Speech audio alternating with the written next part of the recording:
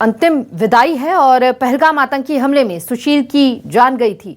हमले में सुशील की बेटी के पैर में भी गोली लग गई थी। इलाज जारी है और देर रात इंदौर पहुंचा था सुशील नथानियल का शव। वहीं इंदौर पहुंचने पर सीएम मोहन यादव ने अर्पित श्रद्धांजलि की। मृतक सुशील नथानियल की पत्नी जेनिफर का भी बयान सामने आया। उन्होंने कहा कि मेरे पति ने मेरी जान बचाने के लिए सीने पर गोली खाई। मैं तो क्रिश्चियन हूं, मुझे कलमा पढ़ना नहीं आता।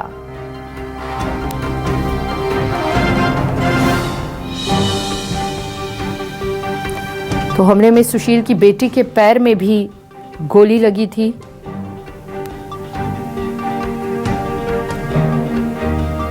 और उनकी पत्नी ने कहा कि मैं तो क्रिश्चियन हूं, मुझे कलमा पढ़ना नहीं आता।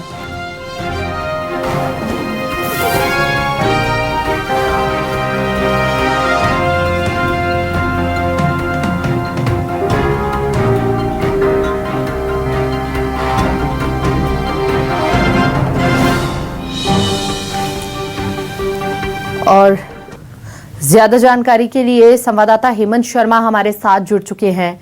हेमंत, अंतिम विदाई की जो प्रक्रिया है उससे जुड़ी क्या जानकारी आपके पास?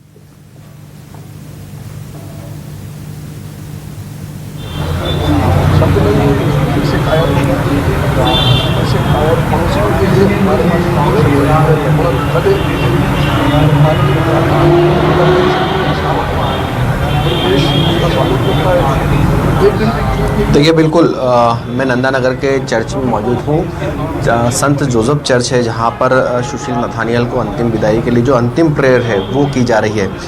चर्च के अंदर मैं आपको दिखा देता हूँ अंदर का जो नज़ारा है, जो यहाँ पर अंतिम विदाई के लिए जो प्रार्थना की जाती है वो यहाँ पर की जा रही है। ईसाई धर्म के अंदर जिस तरीके की जो अलग अलग क्रिया है वो यहाँ पर की जा रही है। अंतिम विदाई यहाँ पर दी जा रही है। इसके बाद कुछ समय बाद में यहाँ से इन्हें लेकर सीधा कब्रिस्तान के लिए रवाना होंगे। और फिलहाल जो परिजन हैं और जो समाज के लोग हैं वो बड़ी संख्या में यहाँ पर मौजूद हैं।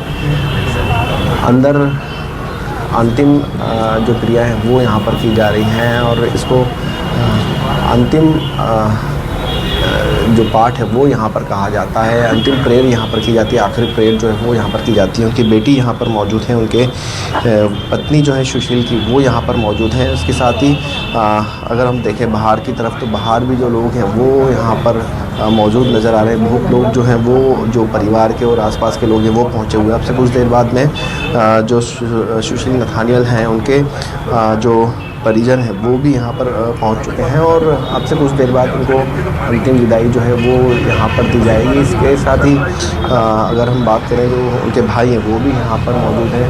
चर्चा जो है वो की जा रही है, लेकिन एक दुखद घटना जो है वो हुई है जिसकी निंदा पूरा देश कर रहा है। अलग अलग राज्यों से अलग अलग जगहों से जो दुखद घटनाएं हुई हैं जो सामने आई हैं उसकी सभी लोग निंदा कर रहे हैं। अलग अलग जगहों पर विरोध प्रदर्शन है वो भी यहाँ पर किया जा रहा है। तो एक दुखद घटना इंदौर के लिए भी है। इंदौर के जो लोग हैं वो उनकी आंखें जो हैं वो यहाँ पर नम है। जो सुशील से जुड़े हुए लोग हैं, जो उनके करीबी लोग हैं, उनकी आंखें जो है वो हेमंत, न केवल प्रदेश भर के लोगों की आंखें नम है, देश भर की आंखें नम है लोगों की। लेकिन जब पत्नी जेनिफर, बेटे आस्टन और बेटी आकांक्षा एयरपोर्ट पर पहुंचे तो उनकी आंखें नम देखकर सभी की आंखों से आंसू झलक पड़े और आज भी वही स्थिति बनी हुई है। हालांकि इस बात को स्वीकार कर पाना परिवार वालों के लिए अभी भी मुश्किल सा ही लग रहा है कि अब उनके बीच में उनके अपने नहीं रहे हैं।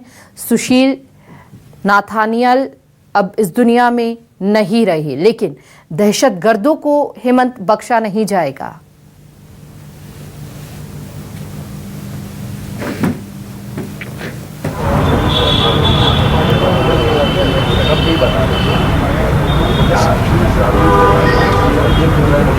बिल्कुल ये जानबूझ करके संदेश देने की कोशिश की गई कि हम केवल जो हमेशा बोलते हुए आए बिल्कुल, देखिए परिवार भी यही प्रार्थना कर रहा है कि दहशतगर्दों को जल्द से जल्द उनके किए की सज़ा मिले। और इसके साथ ही जो पत्नी है उन्होंने भी अपना बात की थी। उन्होंने भी मीडिया से चर्चा करते हुए कहा था कि वे जिस तरीके से उनके पति को यहाँ से लेकर गई थी वैसे वापस नहीं लेकर आई हैं। इसके साथ ही अगर बेटे आस्टीन की बात की जाए तो बेटा जो है वो काफ़ी गम में डूबा हुआ है। वो अपने पिता के शव के पास ही था, सुबह से रात भर से वो पास ही बैठा हुआ था। इसके साथ ही जो उनकी बेटी है उसके पैर में गोली लगी है, घायल है। फ़िलहाल वो भी यहाँ पर मौजूद है। और जो अंतिम क्रिया है, जो लास्ट प्रेयर है, वो चर्च के अंदर की जा रही है, जो अब से कुछ समय बाद यहाँ से इनको लेकर इनकी जो अंतिम क्रिया है वो की जाएंगी। इसके साथ ही जो बाहर परिजन मौजूद हैं उनसे बात करने का प्रयास ज़रूर हम कर रहे हैं, लेकिन लगातार जो जिस तरीके की घटना यहाँ पर हुई थी, जो घटना सामने आई थी, उससे पूरे देश के अंदर रोष है, आक्रोश है। सभी का एक कहना यही पड़ता है कि जो लोग हैं वो कहीं ना कहीं उन्हें जो सज़ा है वो मिल सके। और जो परिवार के जो उनके भाई हैं वो मेरे साथ में मौजूद हैं, उनसे बात कर लेते हैं। सुशील की जो इस घटना में मौत हुई, इसको लेकर आप क्या प्रधानमंत्री और देश के गृह मंत्री को मैसेज देंगे? मैं माननीय प्रधानमंत्री जी को, माननीय अमित शाह जी को, राजनाथ सिंह जी को और हमारी सारी सुरक्षा एजेंसियों और हमारे जितना भी प्रशासन है, भारत प्रशासन, मध्य प्रदेश प्रशासन, उनका शुक्रिया अदा करता हूँ कि उन्होंने पूरे परिवार को, पूरे प्रदेश को संभालने का प्रयास किया। और जो कल शाम को उन्होंने जो पहला एक्शन लिया, उन्होंने साबित कर दिया कि भूखे मरते हुए पाकिस्तान को, पहले से ही भूखा मर रहा है वो, तो अब इनको प्यासा भी मारना है। राजनीतिक कूटनीति क्या होती है वो अब हमारे प्रधानमंत्री इनको सिखा रहे हैं। आज किसी भी पड़ोसी देशों की हिम्मत नहीं हुई है बीच में बोलने की कि तुमने सिंधु जल को, जो 1960 से हम पे थोपा गया था, 80% जल सिंधु का ये लोग पी जाते हैं और हम लोगों को उसमें से कुछ नहीं मिलता है। वो आज इन लोगों की किसी की हिम्मत नहीं है कि उसका विरोध कर सके। ये माननीय प्रधानमंत्री जी की ताकत, अमित शाह जी की कूटनीति ये बताती है कि वो कितना अपने लोगों का ध्यान रखते हैं। और जो उन्होंने वीज़ा रद्द करे, जो उन्होंने पाकिस्तान से रिश्ते ख़त्म कर दिए, अटारी बॉर्डर हो चाहे वाघा बॉर्डर हो, जो कुछ भी हो, हम लोग उसके लिए धन्यवाद देते हैं और उम्मीद करते हैं। और मेरा तो दिल शुरू से कहता है, उरी अटैक होने के बाद से लोग हमसे समझने लगे थे कि हम घर में घुस के मारते हैं। इस बार हम उस घर को ही ख़त्म करने का प्रयास करेंगे। हम उम्मीद करते हैं कि मोदी जी वो भी करके दिखाएंगे। बिल्कुल, कहीं ना कहीं जो परिजन है उनमें आक्रोश है। उनका कहना है कि जो आतंकी हमला हुआ था उसमें जो दोषी हैं उनके ऊपर कड़ी कार्रवाई की जाए, उन्हें कड़ी सजा दी जाए। इसके साथ ही जो कदम भारत ने उठाए उसको लेकर भी यहाँ पर खुशी जरूर जाहिर की, लेकिन एक बड़े गम में यहाँ पर परिवार डूबा हुआ नजर आ रहा है। बिल्कुल हेमंत, बहुत बहुत शुक्रिया आपका तमाम जानकारी साझा करने के लिए।